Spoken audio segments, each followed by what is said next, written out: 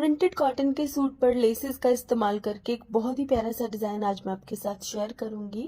तो यहाँ पर मैंने कॉटन का सूट लिया है जिसका कमीज और सलवार के कपड़े पर अलग अलग प्रिंट हो रखा है और इसके ऊपर लगाने के लिए मैंने दो तरह की ये लेसेस ली हैं।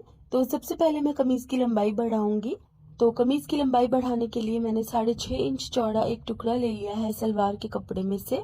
और अब इसकी एक तरफ मैं इस तरह से मिरर वाली लेस को रख के अटैच कर लूंगी। इस तरह से इस कपड़े की लंबाई आप उतनी ही रखिएगा जितनी आपको अपने घेरे की चौड़ाई चाहिए।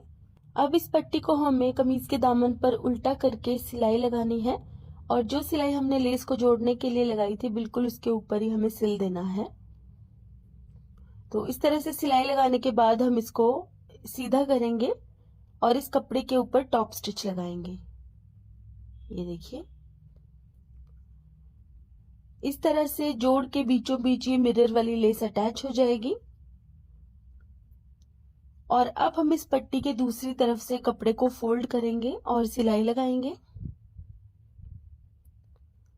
ये देखिए, इस तरह से कपड़े को फोल्ड करके मैंने यहाँ पर सिलाई लगा दी है और अब दूसरी वाली लेस को हम इसके नीचे दबाकर सिलाई लगाएंगे। ये देखिए, लेस की किनारी को हमें कपड़े के नीचे दबा देना है और इस तरह से सिलाई लगाकर इसको अच्छे से अटैच कर देना है। और इस तरह बिल्कुल सिंपल लेसेस का इस्तेमाल करके आप कमीज की लंबाई को कितना भी बढ़ा सकते हैं। तो लेस मैंने यहाँ पर अटैच कर दी है और यहाँ पर कमीज की लंबाई तकरीबन 6 इंच बढ़ गई है। ये देखिए, तो अब हम बनाएंगे कमीज के गले का डिजाइन, जिसके लिए मैंने 16.5 इंच लंबा और 9.5 इंच चौड़ा एक टुकड़ा लिया है सलवार के ही कपड़े में से। इसे मैंने बीच में से फोल्ड कर दिया था और एक तरफ हमें इस तरह से एक तिरछी लाइन ड्रॉ करके इसकी कटिंग कर देनी है, जिससे कि फ्रंट पैनल पर एक वी शेप जैसा डिजाइन बन जाएगा। ये देखिए, तो यहाँ पर फ्रंट पैनल की कटिंग मैंने कर दी है। अब कुर्ती के कपड़े की रॉन्ग साइड पर हमें इस तरह से इस पैनल को रखना है। पैनल की भी रॉन्ग साइड ऊपर की तरफ आनी चाहिए और कुर्ती के कपड़े की भी रॉन्ग साइड ऊपर की तरफ आनी चाहिए।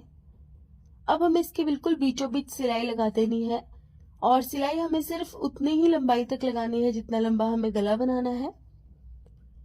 तो यहाँ पर मैं गले की लंबाई 8 इंच तैयार करूंगी, तो उस हिसाब से मैंने यहाँ पर एक कच्ची सिलाई लगा ली है।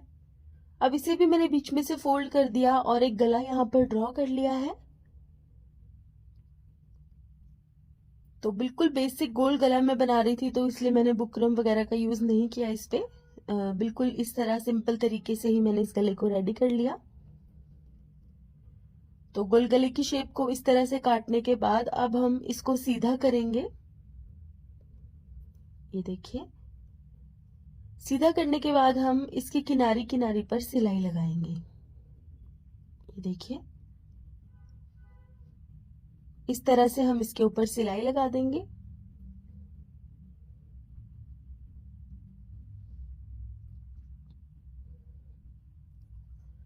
अब हम इसके ऊपर छोटे छोटे से कट्स लगाएंगे और कट्स लगाते हुए इस चीज का ध्यान रखेंगे कि सिलाई वाला धागा ना कटने पाए।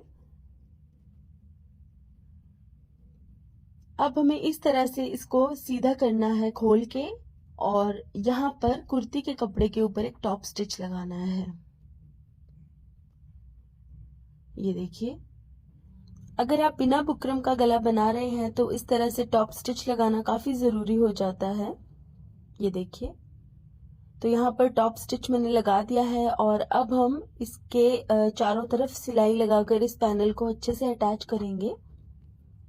ये देखिए, पैनल को मैंने सीधी तरफ पलट दिया था और अब इसकी किनारी पर इस तरह सिलाई लगा देंगे। ये देखिए, तो इस तरह से एक बार चारों तरफ सिलाई लगाकर पैनल को सेट करेंगे और उसके बाद हम इसके चारों तरफ लगाने के लिए लेस को रेडी करेंगे।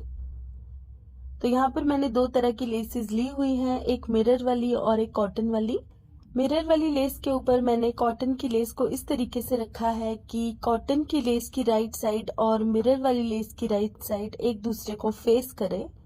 ये देखिए, यहाँ पर आप देख सकते हैं कि मिरर वाली लेस की सीधी तरफ ऊपर की तरफ नजर आ रही है और कॉटन वाली लेस की उल्टी तरफ जो है वो ऊपर की तरफ नजर आ रही है। तो सिलाई लगाने के बाद हम लेस को इस तरह से सीधा करेंगे और अब इस लेस को हम कुर्ती के गले के पैनल के चारों तरफ अटैच करेंगे। ये देखिए, जो हमने इसकी किनारे पर सिलाई लगाई थी वो भी लेस लगाने से छुप जाएगी और कोई भी धागे नजर नहीं आएंगे गले के ऊपर। और लेस को हमें बहुत सफाई से अटैच करना है और इस चीज का भी ध्यान रखना है कि लेस लगाते हुए हमें लेस को खींचना नहीं है बिल्कुल भी। ये देखिए, इस तरह।